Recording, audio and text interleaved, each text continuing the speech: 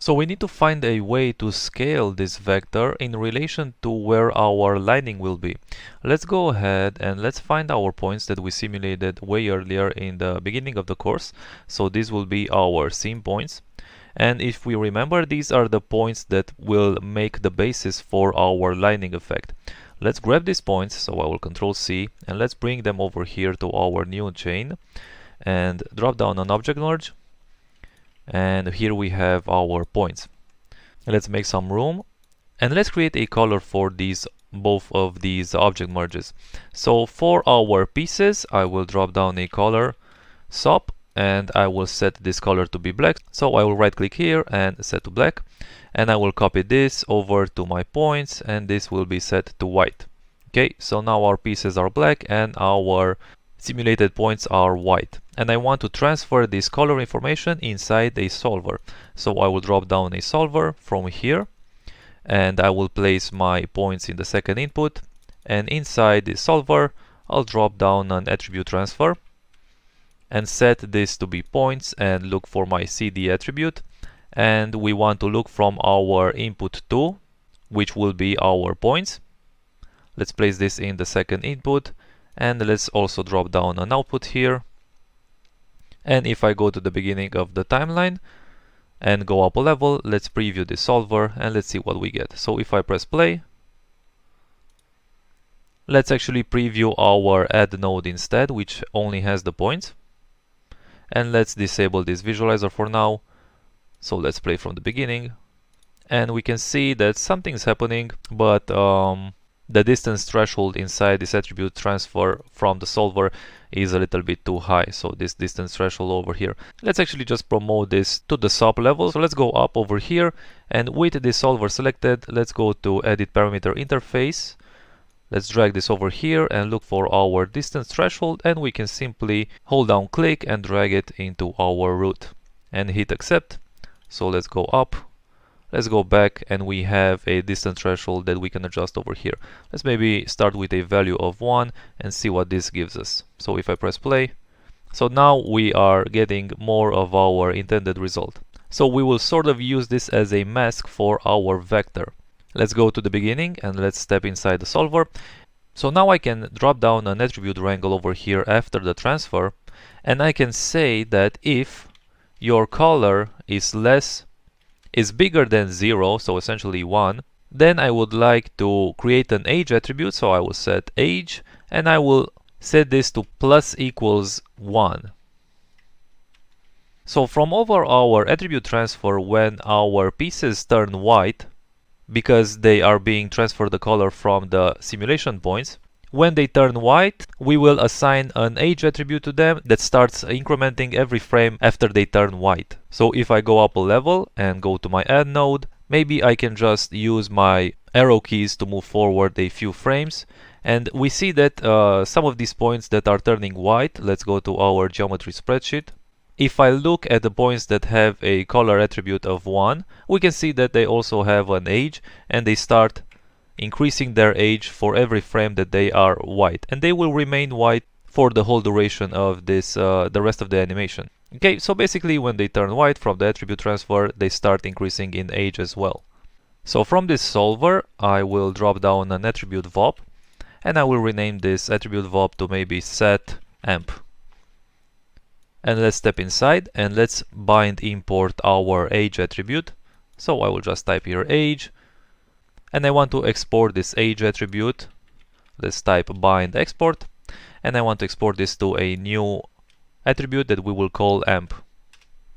Okay, and we can get rid of this geometry VOP, and maybe let's keep this for a minute over here. So this will be our amp amplitude, and I want to fit this age value. So let's drop down a fit, and I will promote the source max and also rename this maybe to age max. And from here I will also want to drop down a ramp parameter, which I will set to spline, and maybe rename this to age ramp. So let's go up a level, and from this add node, let's maybe create a visualizer for this amp value over here. Let's go to our visualizers, turn off the dir attribute for now, and look for our age. Let's set this to be a min and max value of 0 and 1, and I'll keep these values as it is for now. So close this and let's go to our amplitude. I will control middle mouse click this age ramp to reset our ramp, and I will set the age max for now to maybe a value of 25. So we can see now that this amp attribute that we created will slowly fade from 0 in the beginning when they are first turned white over a period of 25 frames. So they will go from 0 to 1 over 25 frames. And the cool thing that we can do here is we can edit this ramp attribute now. So if I make another point here and I drop this all the way down to 0, we can see that we can create a very smooth in and out animation as the points move throughout our pieces. So we can use this as an amplitude for our vector. So I'll leave this ramp as it is for now, and let's see how we can import this in our direction. Let's go ahead and for the visualizer set this to our dir attribute and maybe turn off the age one. Step inside where we create our dir attribute and let's drop a bind and select our amp attribute. And now we will simply scale this before we do all of our vector operations. We will simply multiply this with our amp. So we can see that this is the result.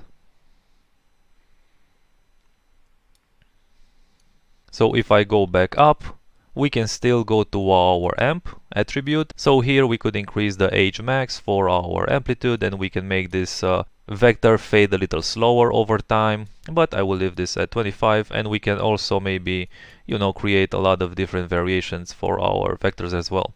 Let's go ahead and get rid of all of this. So this was just an example of what you can do with this. But with this setup, you have complete control over this direction vector. Maybe I will go to my solver as well, and I want to increase this spread radius of the attribute transfer. So right here where it says distance threshold, maybe I will increase this just a little bit so we catch some of these pieces that are outside of our scope as well. Okay, so maybe just set this to a value of 1.6. We see here that we are also keeping the color that we got from the attribute transfer, and let's maybe go ahead and after our dir, let's drop an attribute delete, and let's maybe just delete this color because we won't be needing the color information for our pieces. One last change that I want to do for this amp attribute is maybe over here where our lighting hits the edges, maybe I want to scale down this vector a little bit here towards the edges, just so we have a smoother transition towards the end over here. We can go inside and I will generate a distance attribute. Let's drop down a distance. Let's place this into a fit. And I will promote all of these attributes, or rather all of these parameters. And I will multiply my ramp result with this fit node. And let's go up a level. And let's first determine a range here. So maybe from around a radius of 6, which should be here. So from 6. So maybe all the way up to a value of 17. And we will change this later if we need it. So we want to fit this range from around here to 1 and 0. Okay, so now they will start at their full length, and when they reach a distance of 6 units, they will start to decrease to 0 all the way up until a range of 17. So maybe I don't want these to completely fall off towards the end here, and I will just increase this maybe to 0.4. So we still want to have some velocity here towards the edge, and maybe I can increase this distance as well. So maybe from 6 to 18, we will go from 1 to 0.4. Alright. So our pieces will look at this vector and they will update their force based on this vector.